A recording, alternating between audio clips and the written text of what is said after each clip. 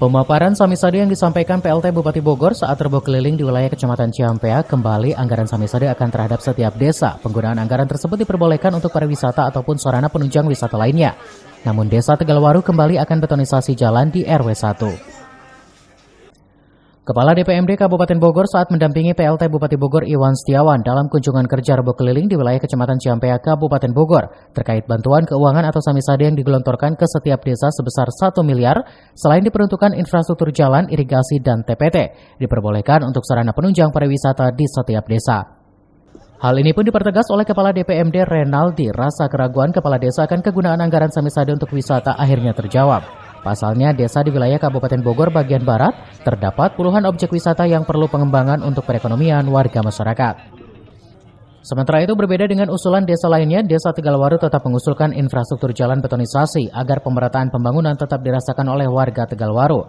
Tahun ini betonisasi diusulkan di wilayah RW 01. Memang sesuai dengan petunjuk bahwa penggunaan dana bantuan infrastruktur untuk desa atau sering yang disebut dengan Samisade, salah satu penggunaannya adalah untuk sarana penunjang pariwisata.